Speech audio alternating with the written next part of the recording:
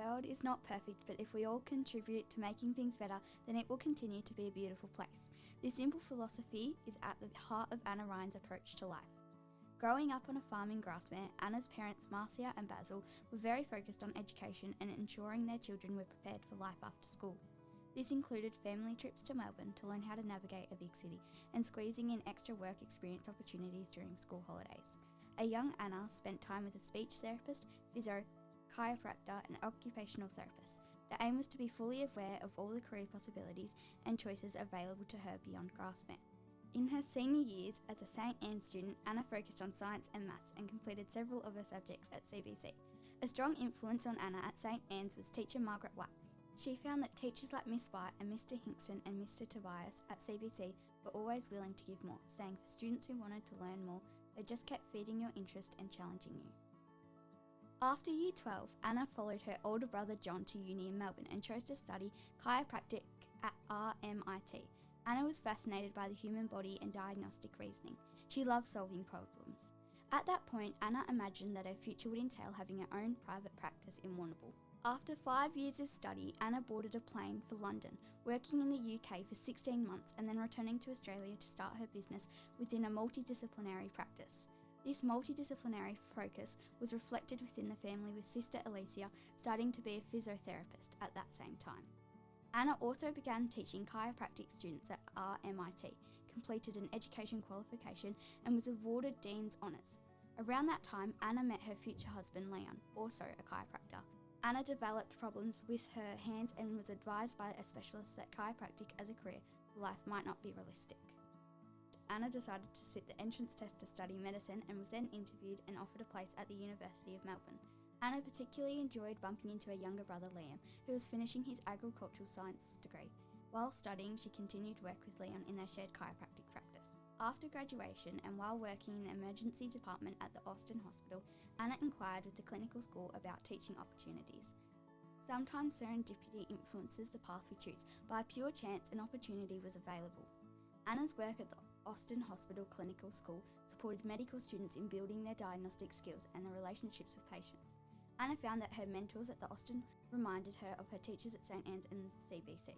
They kept providing her with opportunities. From that point, Anna's career as an educator took off, and in 2012 she commenced a PhD in medical education. Anna's contributions to assessment and feedback innovations within the Department of Medical Education at Parkville were recognised globally, earning her and a colleague a Factually Award in 2017. She was promoted to Associate Professor in 2018 and became the Director of Assessment for the University of Melbourne Medical Program the following year. Anna's work has been published in peer-reviewed journals and presented at international conferences. A highlight of those international trips has been combining work trips with Leon to travel and learn more about the world together. Anna was admitted as a Fellow of the Australian and New Zealand Association for Health Professional Educators in 2021. Anna's work demonstrates her significant passion for assessment as a tool to help students improve while ensuring high standards for patient care. With this commitment to patient safety, Anna has served on many boards and committees, including the Chiropractic Board of Australia and several Australian Medical Council medical schools assessment teams. During the beginning of the COVID pandemic, Anna's love of problem solving was tested. Rapid flexibility and innovation were needed to combat the effects of the lockdown. Anna was able to fast-track an assessment reform program that introduced secure, remote, computer-based exams quickly while ensuring academic integrity. In 2022, as a result, Anna and her Melbourne Medical School assessment team won the University of Melbourne Norman Curry Award for Innovation and Excellence in Educational Programs. In the same year, Anna was made a full professor in recognition of her long-standing contributions to health professions education. Anna's message to Emmanuel students is that education is a privilege. If you are lucky enough to have an education, it is your responsibility to give something back.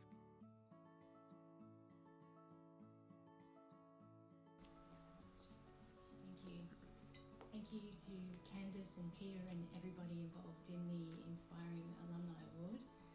It's really lovely to be here tonight. It's really lovely to be here with so many of my family, my husband Leon, seeing so many friends. It's also very special for me to listen to that. I'm not sure if many of you picked that up, but that was my niece Evie, who's a student here, who narrated my story. So that's very, very special to me as well. In reflecting on my experiences here, I almost feel like I went to 3 high schools. I had year 7 to 10 at St Anne's, and then because of my interest in maths and science, I attended most of my year 11 classes actually at CBC with mostly boys in the class. That was great because I get along really well with my brothers, so there was no problem there. And then when I was in year 12, Emmanuel College was formed. I'm extremely grateful for the collaboration between CBC and St Anne's, because if that hadn't happened, I wouldn't have had the opportunity to study the things that were really my passion. And it's clear to me tonight, in meeting students and seeing their work, that foundation of that early collaboration between CBC and St Anne's has been an amazing base from which Emmanuel College could then flourish. So that's lovely to see for me, because I don't often get a chance to come back. On reflecting, leading up towards an evening of inspiration, of course our thoughts turn to the people who've inspired us, and I think you've heard on that video that right up the top of that list for me is my mum and dad. Mum and dad, unfortunately, are about 5,000 kilometres away at the moment, so they couldn't be here tonight. They've actually sent some substitute parents, so thanks Penny and Neil for standing in. But I do need to acknowledge them and the enormous support, encouragement and love they've given myself, my brothers John and Liam and my sister Alicia in really supporting our education, helping us to strive and spending a whole lot of time and energy in helping us to find our passion and to pursue careers that are really rewarding and exciting and that contribute something. So I'm very grateful to Mum and Dad. I think it's probably clear from the video as well, having developed some trouble in my hands, that life has thrown me a few curveballs. I think that's clear from your talk as well, Eleanor. And while the challenges that we face can seem incredibly difficult at the time, at times like these when you're reflecting back on life, it's really interesting to see how much, for me anyway, those challenges were really opportunities in disguise.